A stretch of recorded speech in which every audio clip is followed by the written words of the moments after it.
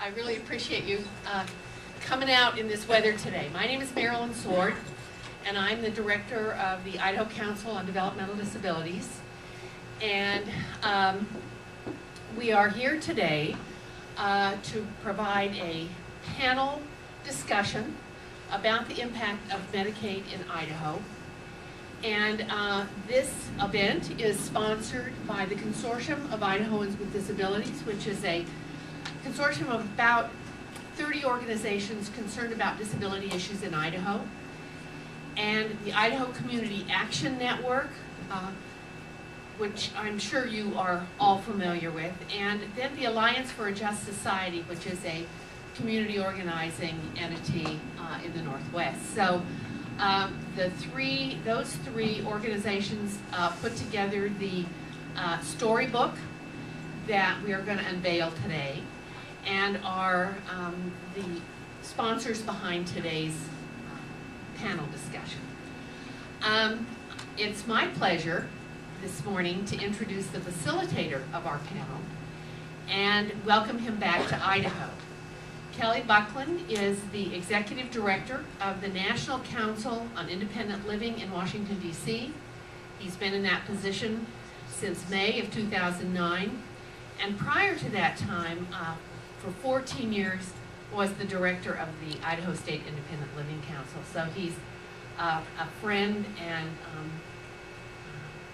a strong advocate in Idaho and at the national level. So we are very glad that Kelly was able to make the trek from DC to help us out here today. So I'm going to turn this over to Kelly, and he will take it over from there. Great, thanks, Marilyn. It's great to be back in Idaho. It's great to be back here amongst friends and colleagues, and really happy to see everybody. It is kind of interesting that it's snowing like this on my trip back here, but it really is good to be back here. I'm looking forward to this discussion. Just to give people a little bit of background about the storybook, some other states have done this, and in D.C. we held a rally this fall called the My Medicaid Matters Rally, and we had about 100 organizations that sponsored that rally, including NICL, which is the National Council on Independent Living, ADAPT, AARP, even the Methodist Church was a sponsor, but there was a lot of sponsors, and we had anywhere from like 1,500 people to 3,000 people show up, and it's been touted as one of the largest disability events since the passage of the Americans with Disabilities Act. And the reason that we did that, and the reason that this storybook was put together, is to show that when you make cuts to Medicaid, you're not just cutting this big bureaucratic program, but it affects real people, and it affects their lives in very meaningful and substantial ways. And it's important to put, I think it's very important to put faces on the people who are getting those cuts and have their real stories told. So, like I said, I'm very excited to be here and have this discussion. And we're going to start it off by just going around the table and having people quickly introduce themselves. So, Mike, you want to introduce yourself? Hi, my name is Mike Ferguson. Some of you may recognize me as the former chief economist for the state of Idaho. Can you use Some of you may recognize me as the former chief economist for the state of Idaho. I retired a year and a half ago. Today I'm the director of the Idaho Center for Fiscal Policy, a nonprofit organization devoted to providing fact-based information and analysis to help provide informed public policy decision-making. Hi, my name is Nikki Tangen. I'm guardian for Crystal. We're from here in Boise. I was one of the people interviewed for the storybook. I'm also a local business owner for a behavioral health company here in Treasure Valley. Hi, I'm Crystal Esterline. I was interviewed for the storybook interview, and I live in Boise.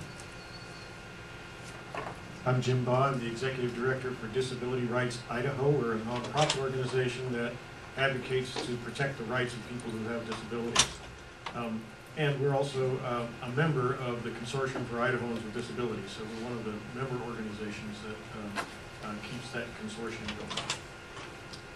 My name is Catherine Hansen, and I'm the Executive Director of Community Partnerships of Idaho. And we're a private organization that provides services for children and adults who have developmental disabilities and mental illness in Boise and several cities in southwestern Idaho.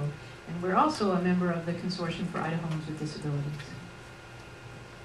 I'm David Kavanaugh. I'm a patrol sergeant with Boise City Police, and I'm also the coordinator for the crisis intervention team for the department and part of the statewide CIT committee. My name is Terry Sterling. I live in Cul-de-sac, Idaho. I'm a member of the Idaho Community Action Network. In fact, I'm the chairwoman. We're an organization that fights for racial, social, and economic justice. Hi, my name is Retta Green. I live in Caldwell, Idaho. I'm also an ICANN member, and I am the Food Steering Committee rep. And I have a story in the book. All right, thank you.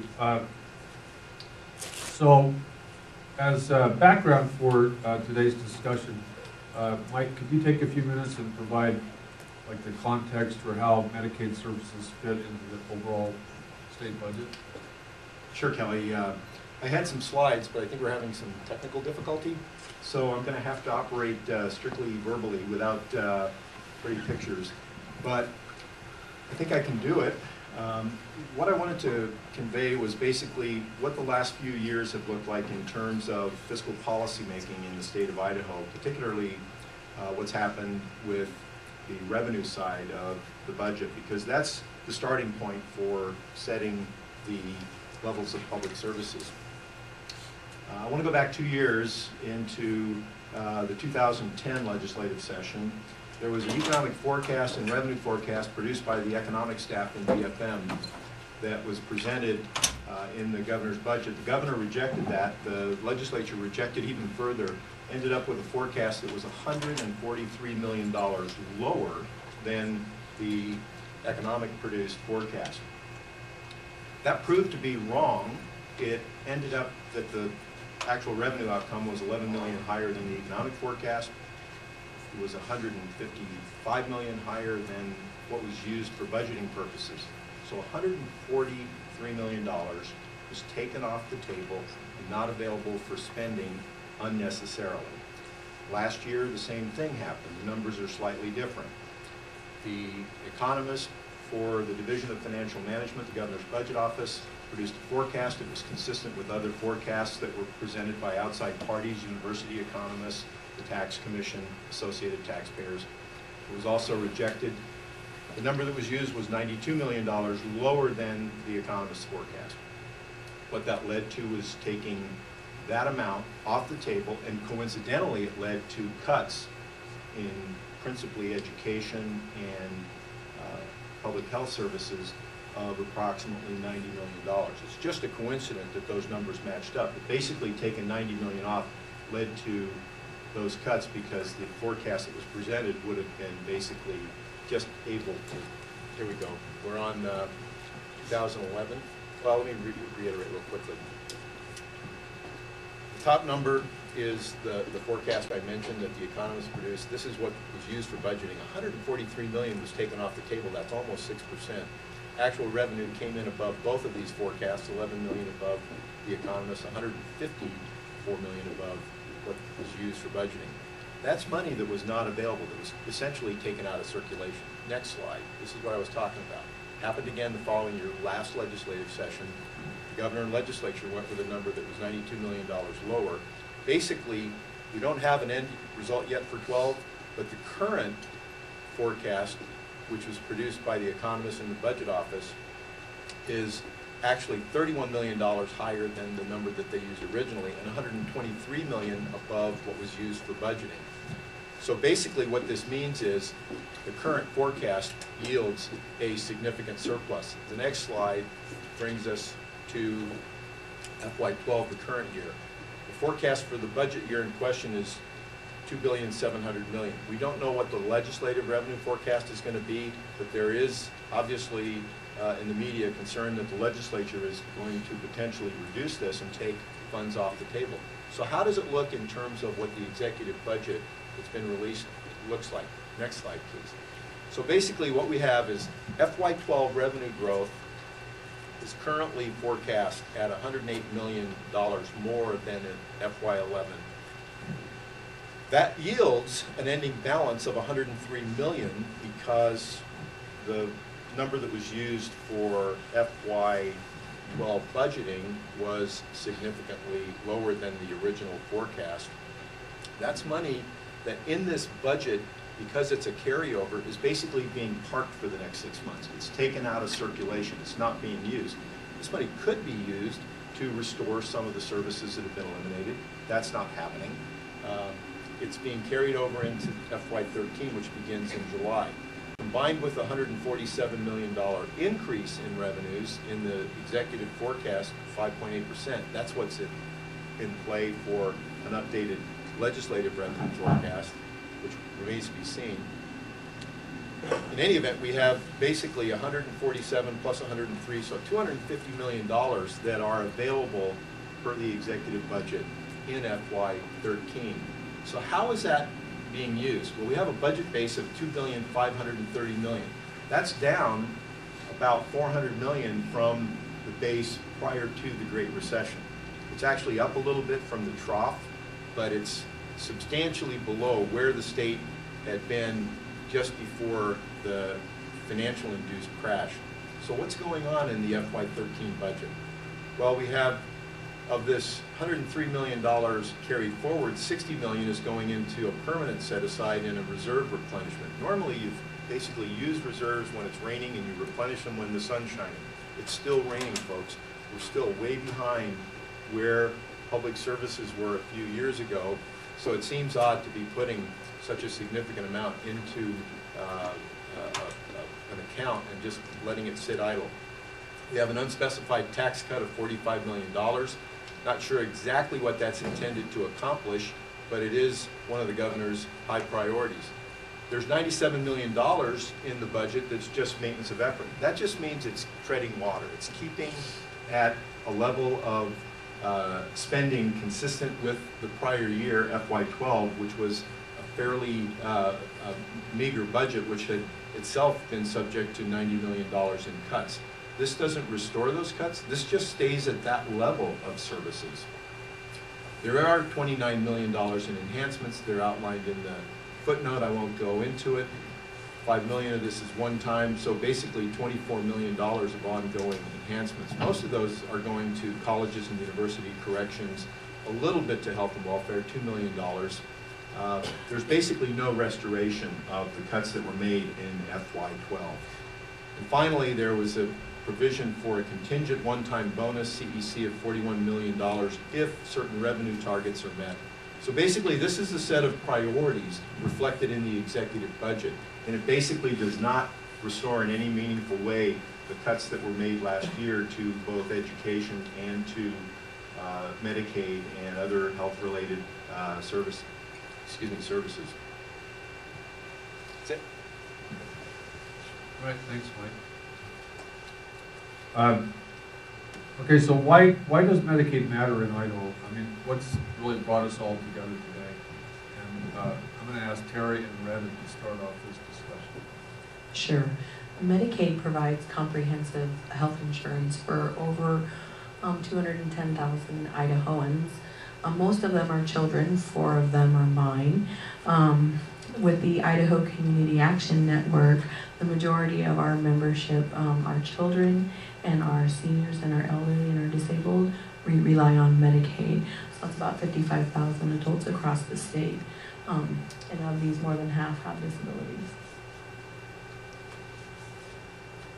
Many of these would be uninsured and left with no way of paying their necessary health care, such as well child exams, cancer treatments, heart checkups, and other health care upon which their lives depend. Currently, I am fighting cancer, and it seems like I am getting better. Medicaid helps me to pay the hospital expenses and visits to the doctor and my insurance premiums. There's no way that I could pay for this if it wasn't for the Medicaid.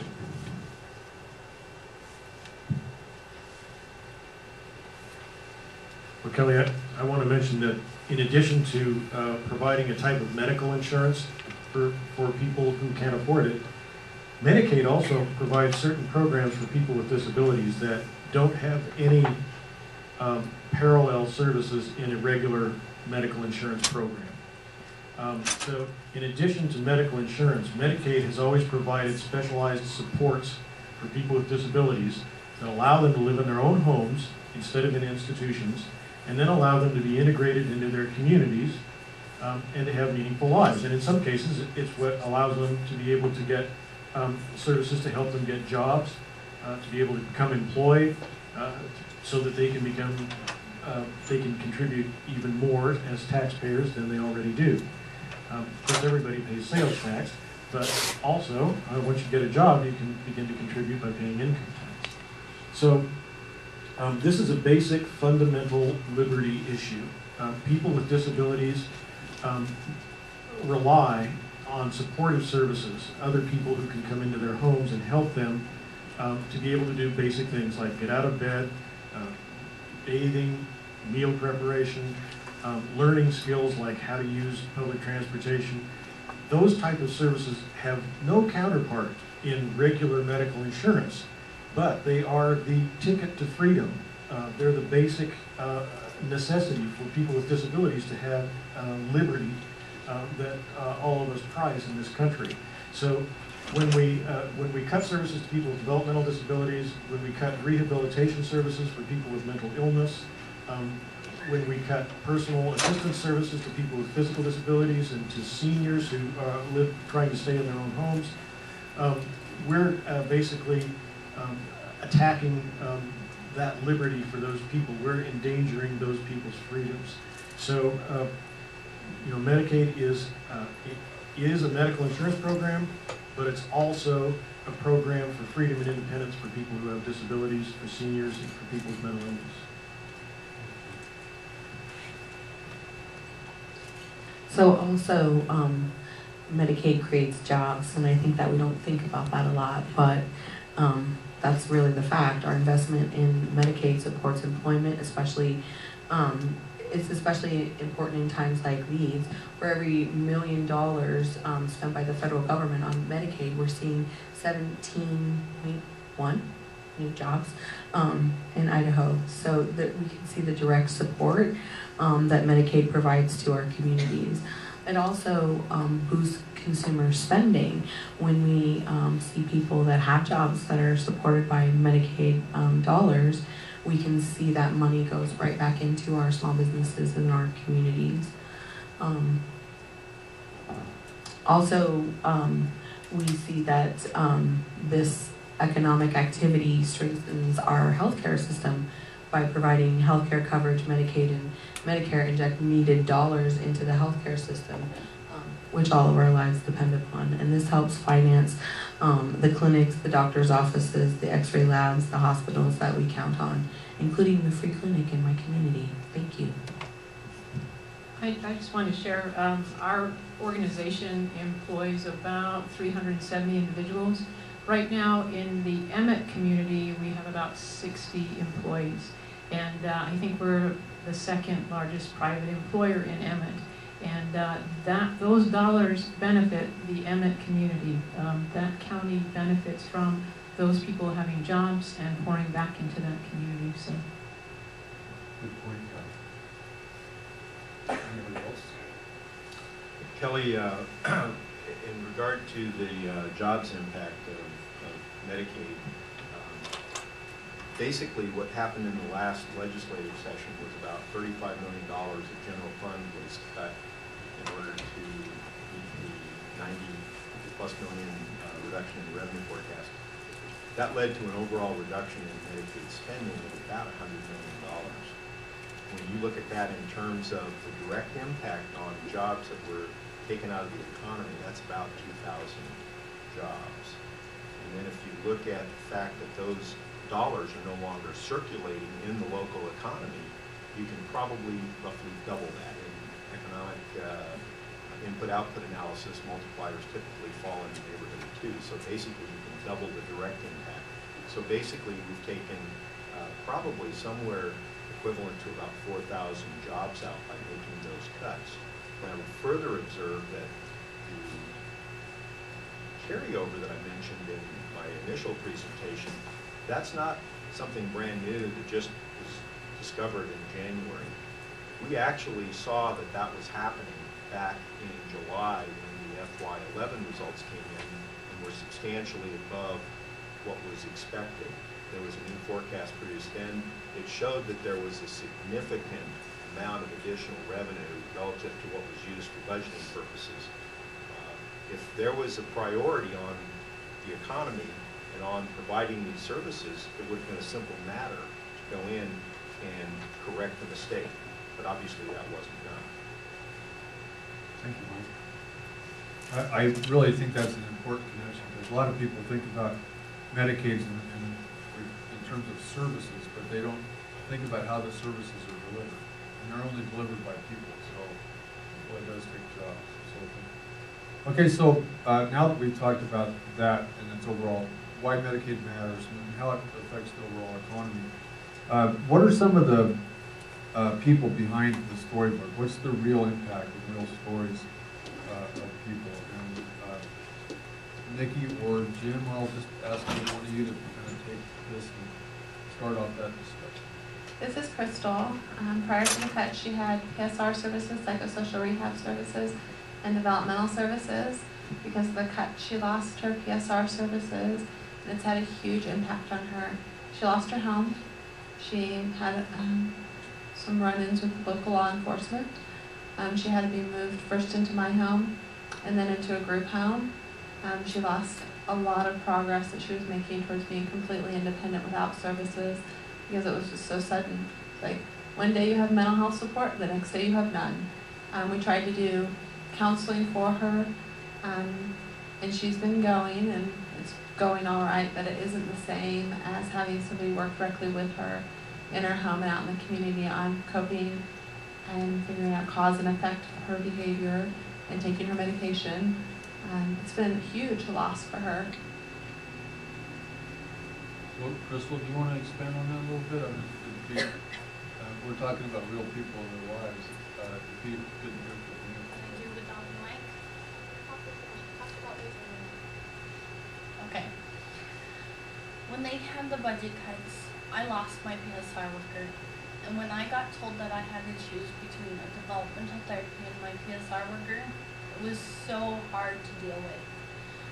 And I got a call from Nikki, and she told me, and I started bawling, because I have such a good relationship with Leah, and she did such a good job working with me and helping me cope with being angry and frustrating, and she just did an awesome job. And then when you get told that you have to choose between one or the other, it's like, how am I supposed to deal with my life? I mean, how am I supposed to get up every day and go and do stuff when I'm being told you have to choose? It's hard, and it's heartbreaking. And I cried a lot, and I don't like that they did the changes at all. So, thank you. Thank you. I just want to note, this is only one of the cuts that happened in House Bill 260 last year, and that was making people with disabilities, with developmental disabilities who also have severe and persistent mental illness, choose between their developmental skill programs and their mental health skill programs. And this is a lot like making somebody who has both diabetes and heart disease decide whether you want to treat the heart disease or the diabetes, but we're not going to treat both of them. They're not the same service.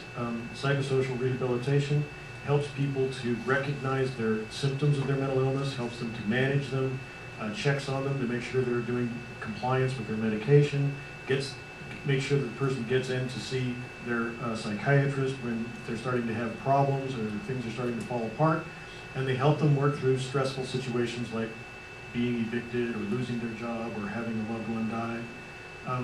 And that's not the same thing as the developmental therapy, where they're teaching people things like how to cook their own meals, how to shop at the store, how to use public transportation, helping them with bathing and so forth. So they're two totally different things. Naturally, most of the people, and we're talking about, there are 600 people in Idaho who have both a developmental or intellectual disability and a severe and persistent mental illness. And of those, all 600 of those people had to make a choice. So most of those people, of course, chose our developmental services because that's what they live with day to day. And for a lot of people, their living situation depends on those services. So that means that most of those people lost those psychiatric supports. And this is a new change, so we haven't even begun to feel all the effects of it. Some people are still doing okay, but won't do okay on this situation forever. But already, we have been getting reports and calls from people who, like Crystal, you know, their whole system of supports is collapsing because they don't have that specialized psychiatric assistance. This is something we really need to restore. We need to stop making people choose between getting training to help them with their developmental problems and getting services that support them in staying in the community with mental illness. I just want to, I appreciate Mike's introduction because I think that the reality is the past 2 years have been a time that the state has been in this drastic economic time, and there's been cuts that have had to be made. The idea behind most of the cuts that you'll hear about is that this was communicated to individuals as a temporary cut in order for us to balance the budget. So the cuts to people who have a dual diagnosis, that needs to be restored. That has taken place over the past 2 years. Another thing that has happened that was part of House Bill 260 last year was a change called a blended rate, and this is for developmental therapy. Agencies were no longer able to provide and bill for individual developmental therapy. So if somebody needed skills training, they had to receive it in a small group setting in order for the agency to be able to cover their costs, because it was a blended rate between group and individual. For some types of skill training, that works. For skills training like dressing, or if you're cooking in your own apartment, that doesn't work. Also, what we've seen is a lot of people who live in rural communities, the opportunity to be involved in skills training with 1 or 2 other people is not feasible. So those individuals have lost services.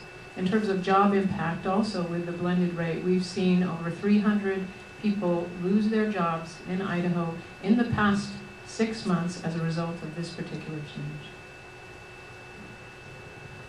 So another one of the cuts to Medicaid was transportation cuts, and that's a big one, especially for folks like me in rural Idaho.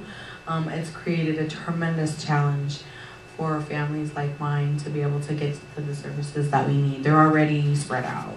So if you live in cul-de-sac, you're already going to drive to Lewiston or Moscow.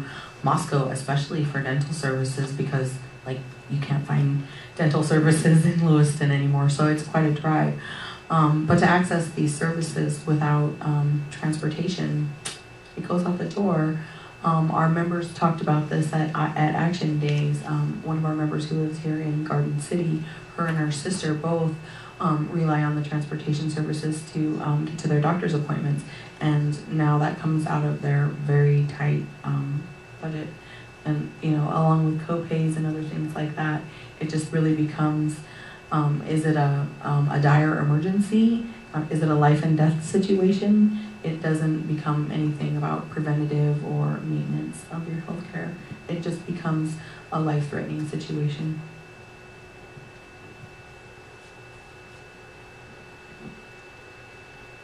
Well, Kelly, another one of the cuts I really want to mention is also for people with developmental disabilities. Part of the Medicaid system is a system of having trained people who know how to work with people who have disabilities of this type. And they teach them important skills for living independently. And what has now happened is that in order to save money, we put a limit on the amount of dollars that can be spent per person. And that's based on a formula. But what has changed is that people are not allowed to question that formula or to appeal that formula unless they can prove that their health or safety is endangered. So the fact that their independence is endangered isn't enough. The fact that their employment is endangered isn't enough. So what has happened for many of these adults, and this is something that, again, only starting, we're at the very beginning of the effects of this cut. This stuff is, only a few people have been affected so far, and many more will be affected as we go along. But what's happened for a lot of people is that the services that they use to keep their jobs, job coaches and people who help them and support them in their employment, that doesn't affect their health and safety. And those are the services that are most likely to get cut, along with services that help people to be more independent, to be integrated into their community, to experience all the benefits of freedom and liberty that we all cherish and depend on. Those are the things that they're not having, and we've now narrowed the focus down to say all we're really worried about is whether you have a health or a safety problem, and we're not going to authorize services for anything else. Thanks. Crystal, all the cuts that have just been talked about, what kind of message is that sending to the person who relies on the services? Well, it makes me feel like I can't be a civilized, successful person in Idaho because my services are being taken away, and if you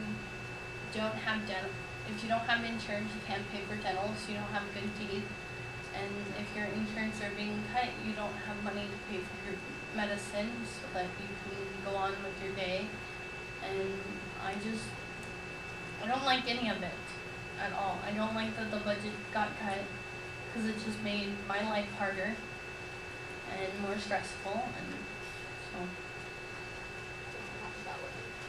yeah. I wrote a quote. The message that cut was sent to the people with disabilities. I don't feel valued as a citizen of Idaho because I lost my services to be more independent.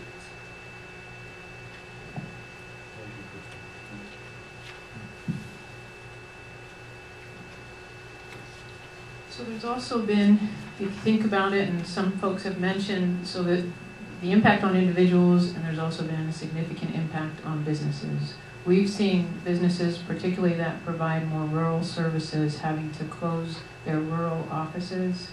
We did complete recently a survey of developmental disability agencies, and it indicated that there was not only a loss of 13% of employees across that industry, but also 62% of those agencies had to decrease their health insurance coverage and benefits for their employees. So these are individuals who are now unemployed in these communities, and they and their families are now relying on the state services in order for them to live. And these are not individuals who make very much money. In this area of developmental disability services, most direct support staff make between $8 and $9 an hour. And the reality is they are the primary wage earner for their family. So these are folks that have even qualified for food stamps even when they are employed. So the impact on folks who were providing these services and are no longer employed, and on the businesses, has been absolutely devastating. At our company, we're seeing our clients decompensate because we don't have the trained staff that we used to have. You know, the staff are already being paid low wages. With the cuts, their wages got lowered even more. And our staff that have been in the field for a long time, have a lot of training, can make more money in a different fields. They're leaving the field. The staff that are trying to stay are having to take second jobs. They're working in social services and then at McDonald's or at the mall. Just to try to make ends meet, and it's hurting my clients. You know, when you're somebody receiving the service and every few weeks you have a different staff because that staff can't afford to stay working with you, it's hard. It's hard to make progress. It's hard to have that trust in the person you're working with is going to be there the next day. You know, I don't have any reassurance for my staff, and they're like, am I always going to be making barely above minimum wage? And I'm like, unfortunately, yes, because I don't know what else to do right now. And it's really hard to be able to offer my staff benefits, to be able to tell them, yeah, take a vacation day, go and have good self-care and come back to work tomorrow and be ready to work when we're barely making it. And I think we're all really tired. We're working harder than we've ever worked. We're working for less. We're operating off of less, and everybody's suffering. So Sergeant Kavanaugh, you know what, back in DC, I do kind of stay abreast of what's going on in Idaho. I'm especially following the BSU Broncos, but the other big story that's hit Idaho, or hit back there about Idaho, is the number of suicides in Idaho and the reduction in services. And so it is impacting communities too. Maybe you could talk about how it impacts law enforcement. Well, I guess the first, most important thing to me is the misleading concept that the cuts somehow save us money. They don't. It just rearranges where the money's spent. So if you think about it logically, we've got people out there with serious mental illness. We're cutting their services. We're cutting their access to medication, cutting basically everything across the board. And so if anyone thinks that they're just going to, that these folks are just suddenly going to either get better or they're just not going to be as serious with less medication and with less help, then they're deluding themselves. So we're just shifting the cost. The folks who are having the trouble, who need these services the most, and who are not getting these services anymore, are trying to cope as best they can, trying to find support groups. But ultimately, when they can't cope, when they don't have the right support groups and can't get the medication that they need, then they call 911. We have a lot of words and things are described, but the numbers basically speak for themselves. One comment I would make on David's remarks, I agree with him completely, but I would add that it's not just shifting.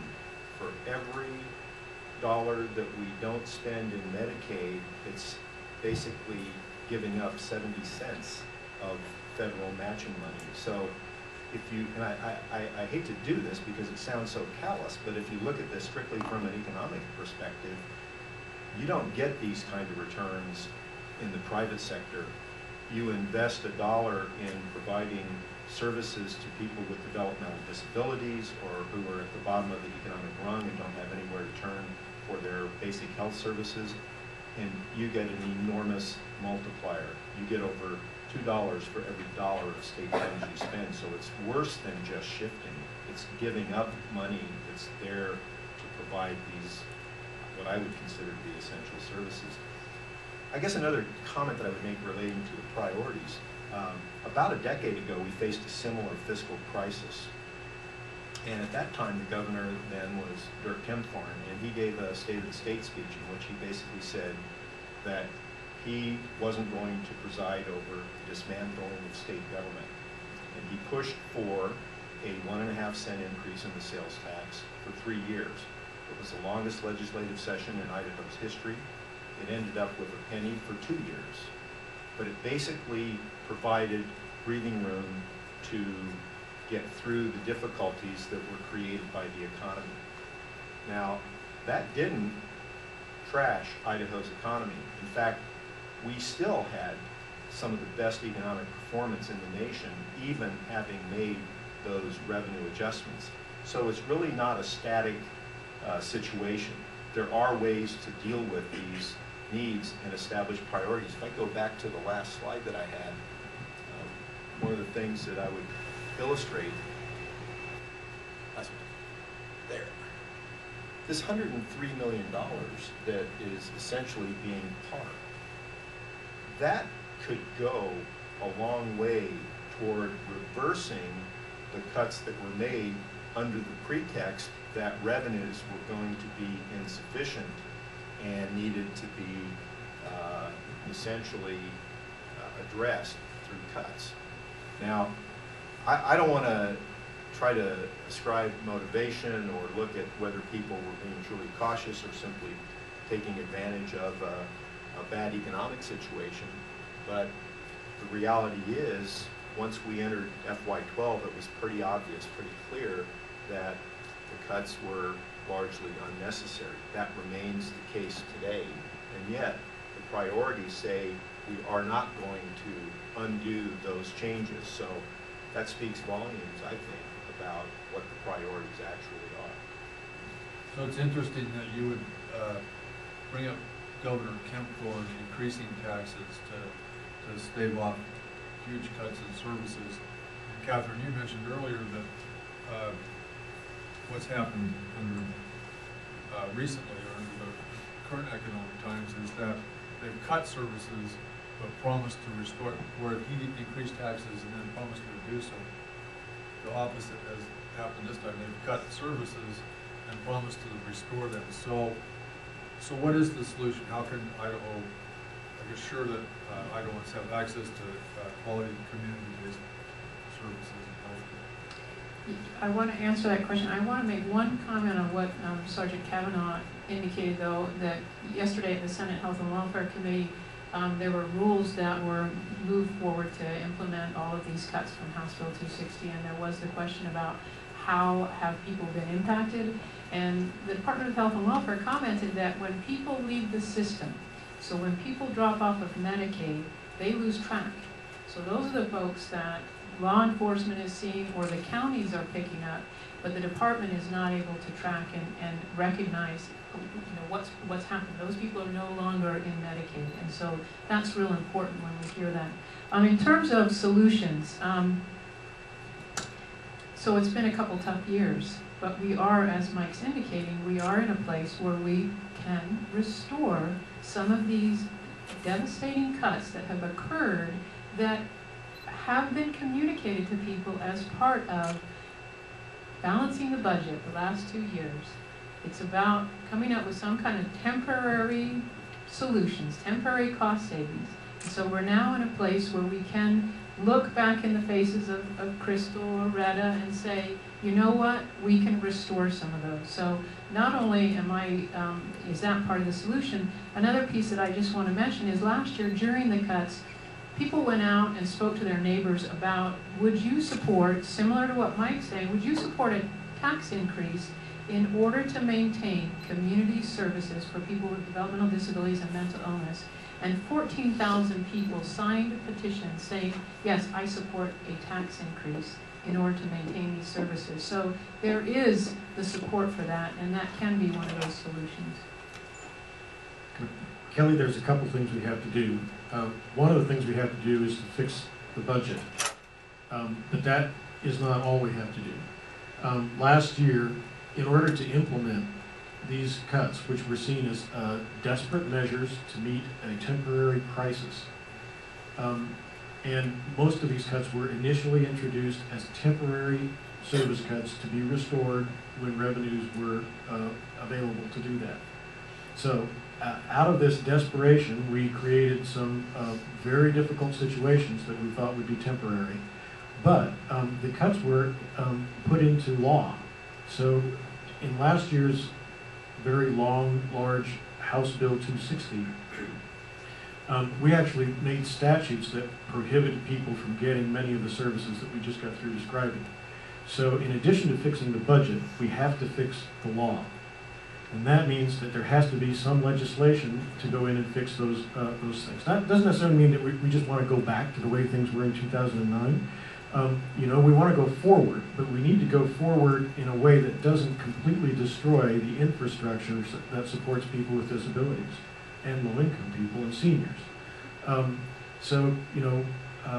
We need to make sure that we take out of the statute these temporary, desperate changes in the service system, and that we have enough flexibility to design a new service system, which we hope will be more efficient and more effective, but which will at least preserve basic services, basic safety concerns, and so that we can get back into the business of being preventive, of helping people live in the community without crisis, so that we will someday not have our prison system be the largest provider of mental health services in the state, so that our police forces are not our first responders to people who have crises of mental health, so that we can actually have a system that is designed to deal with physical, developmental, and mental health disabilities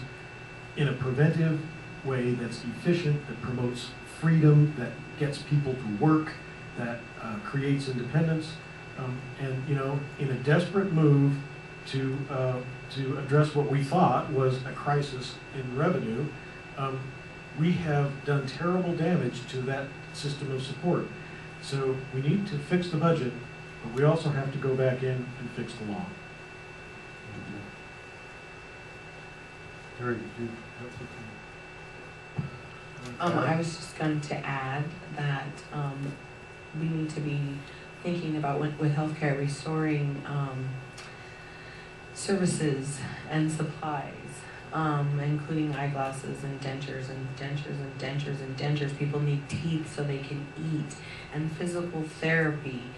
And what's with testing strip supplies for diabetics being cut? Like, seriously, these things people need to live. We need to restore those services. The changes in the dental care means that Medicaid now will only pay for pulling teeth, but not the care needed to prevent tooth problems. Okay. I'd just like to make one final comment. Last year, provider associations were invited by the House Health and Welfare Committee to give ideas in terms of cost savings, and some associations were able to provide those, and those in fact became part of these temporary cuts. But the idea was always to reverse that. The point that all the associations made, and I think that the advocacy groups have as well, is that we need to think long-term in terms of what is a sustainable, quality support, community support system for people with developmental disabilities and mental illness in the state of Idaho. And so rather than every year just coming in and making these cuts and just chipping away at services and not spending the time bringing stakeholders to the table and thinking big picture long term, that's the approach that the state has taken. And so our recommendation too is that we look at how can we rebuild a system of support that's sustainable, long term, providing quality supports for people with disabilities.